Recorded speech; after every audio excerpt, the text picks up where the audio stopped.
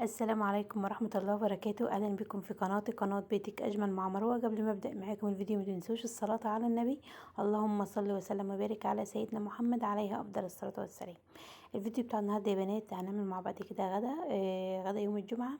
هنعمل مع بعض كده بسلة باللحمة، وهنعمل رز حبة وحبة، وكمان هنعمل شوربة لسان عصفور. أول حاجة كده بدأت بيها طبعا بنبدأ بسلق اللحمة الأول، عشان لو بتاخد لو اللحمة مثلا بتاعتك كبيرة، قبل ما تعملي الصلصة وتعملي الرز والكلام ده كله، تكون اللحمة بتاعتك خدت وقتها واستوت يعني. طبعا جبت كده الحلة بتاعتي، حطيت فيها مية وسبت المية لحد ما غلت، وبعدين اديت شطفة كده سريعة للحمة، وبعدين نزلت باللحمة بتاعتي في المية طبعا اللي انا غليتها. بسيب اللحمة كده تغلي شوية لحد ما تطلع الريمة، وبعدين بشيل اي ريمة بتطلع على الوش. وبعد كده ببدأ ان انا اضيف مثلا طماطم، بصل، فصين من التوم. بص، اي اضافات عايزين تضيفوها للشوربة بتاعتكم ضيفوها. بعد كده رحت جبت كده حلة تانية، حطيت فيها شوية من الزيت، وجبت كده بصلتين كده وسط، قشرتهم وغسلتهم، ورحت ضربهم، اديتهم فرمة كده سريعة في الكبة بتاعتي، وبدأت ان انا انزل بيهم على الحلة اللي فيها شوية من الزيت. وانا بعمل وانا بطبخ يعني في الوقت ده كان ادهم يعني عايز حاجة سريعة، كان جاي من صلاة الجمعة عايز حاجة سريعة ياكلها. فعملت له كوباية شاي واديته، كنت عاملة امبارح شوريك، فاديته كده اتنين كده، وقلت له ايه مع نفسك بس. فهو قال لي خلاص يا ماما، وانتوا بتصوري الفيديو بتاعك صوري المقطع ده يعني بس.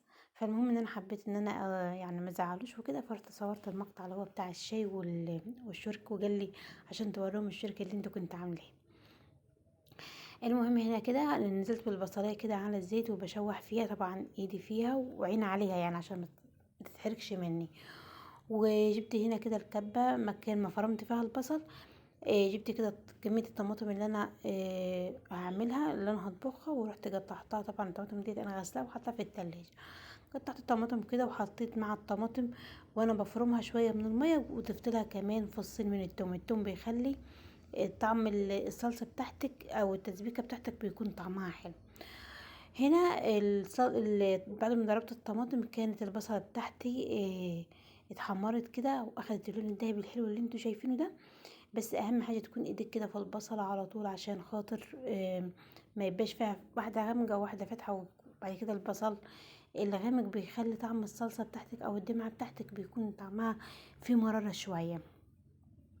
خلاص كده نزلت بالطماطم واديتها كده تقليبه مع البصل ورحت مغطياها وحطاها على العين اللي ورا، عين البوتاجاز اللي ورا. جبت كمان حله تانية، حبيت ان انا يعني بحب ان انا استغل كده الوقت، ويعني بشتغل في كذا حاجه. جبت كده حله حطيت فيها شويه من الزيت، وغسلت كميه الرز اللي انا هعملها، ونزلت كده بشويه حمرتهم اخدوا لون كده ذهبي كده فاتح. وبعد كده نزلت بباقي كمية الرز اللي انا غسلاها. بشوح الرز كده لحد الرز بتاعي ما يعني الاقيه كده نشف خالص من المية، وفي نفس الوقت بيبقى يعمل كده صوت في الحلة وانت بتحمريه. كده يكون الرز بتاعك اتحمر كويس، عشان خاطر تضمن ان الرز بتاعك ما يعجنش منك.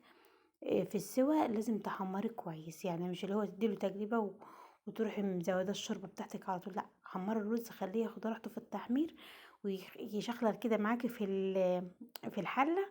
تعرفي كده ان الرز بتاعك بيجي تمام بتحمر كويس، وبعدين تبداي ان انت تضيفي الشوربه بتاعتك.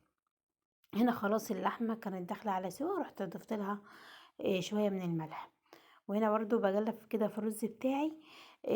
كمان انا اللحمه اطلعها من الشوربه وهحطها في الصلصه بتاعتي، او هحطها مع البسله. بس لازم برضو تكون مستويه، يعني مثلا 3/4 سوا، وتكمل الربع الاخير مع البسله، عشان اللحمه تكون مستويه كويس وما تكونش بتشد كده اثناء الاكل. خلاص، وهنا كده ضفت كده الملح بتاع الرز، واديله كده تقليب، وهبدأ ان انا ازود الشوربة بتاعتي. ولازم الشوربة بتاعتك تكون بتغلي، اللي انت هزودي بها الرز. طبعا انا عشان ضفت طماطم وبصل وتوم للشوربة، فحبيت ان انا لما ازود الرز بتاعي اجيب كده مصفى عشان خاطر الحاجات دي كلها ما تنزلش كده في الرز، يعني البصل اللي انتوا شايفينه والطماطم والثوم ما يبقاش معايا في الرز، لا انا عايزه الشوربه اللي تنزل على الرز تكون شوربه كده صافيه، يعني ما فيهاش اي اضافات يعني. خلاص زودت الرز بتاعي الزيتة بتاعته واديته كده تقليبه واخدت كده شوية من شوربة الرز كده دقتهم، شفت لقيت الرز بتاعي لسه عايز شوية ملح، رحت ضفت له شوية الملح ورحت مغطيه عليه. بنسيبه على نار عالية وبعدين اول ما يبدأ ان هو يتشرب نهدي على النار، وبعد كده بنسيبه كده مع نفسه. بعد يعني بعدها بكده بشوية بنشوف الرز بتاعنا لقيناه خلاص دخل على سوا، يعني مش بنزود دي شوربة تاني، لقيناه لسه شوية ني، نروح مزودين له مغرفة من الشوربة، يعني لحد الرز بتاعكم يسوي يكون معاكي تمام كده. هنا الصلصة بتاعتي او الدمعة بتاعتي خلاص خدت التسبيكة بتاعتها، رحت خدت اللحمة من الشوربة ونزلت بيها كده في الصلصة، وبعد كده رحت جبت كده كيس من البسلة دي يا بنت والله عندي من الشتاء اللي فاتت، البسلة اللي بتتخزن ولا زي ما انتم ما شايفينها كده، اللون بتاعها زي ما هو، خضارها زي ما هو، ما بتاخدش وقت خالص في السوى. انا لما باجي اخزن البسله او اي خضار، يعني اي خضار انا عايزه اخزنه بخزنه زي ما هو، يعني البسله بجيبها افصصها واغسلها واسيبها تنشف من الميه اللي فيها، بعدين بعبيها في اكياس على حسب الكميه اللي انا عايزاها، ولا بعمل لها حمام بخار، ولا بنزلها في ميه سخنه واطلعها كده على ميه بتلج، ولا الكلام ده كله خالص، وبتكون حلوه والخضار بتاعها جميل زي ما هو، ما فيهاش اي حاجه خالص. بس اهم حاجه بطلعها من الفريزر على لو هعملها في شوربه بطلعها على الشوربه على طول، لو هعملها في صلصه زي كده او في دمعه زي كده بنزل بيها كده على طول من الفريزر على طول على الحله، يعني ما ينفعش ان احنا نسيبها تفك وبعدين نطبخها، يعني لا هي زي ما هي كده من الفريزر على طول على الحله.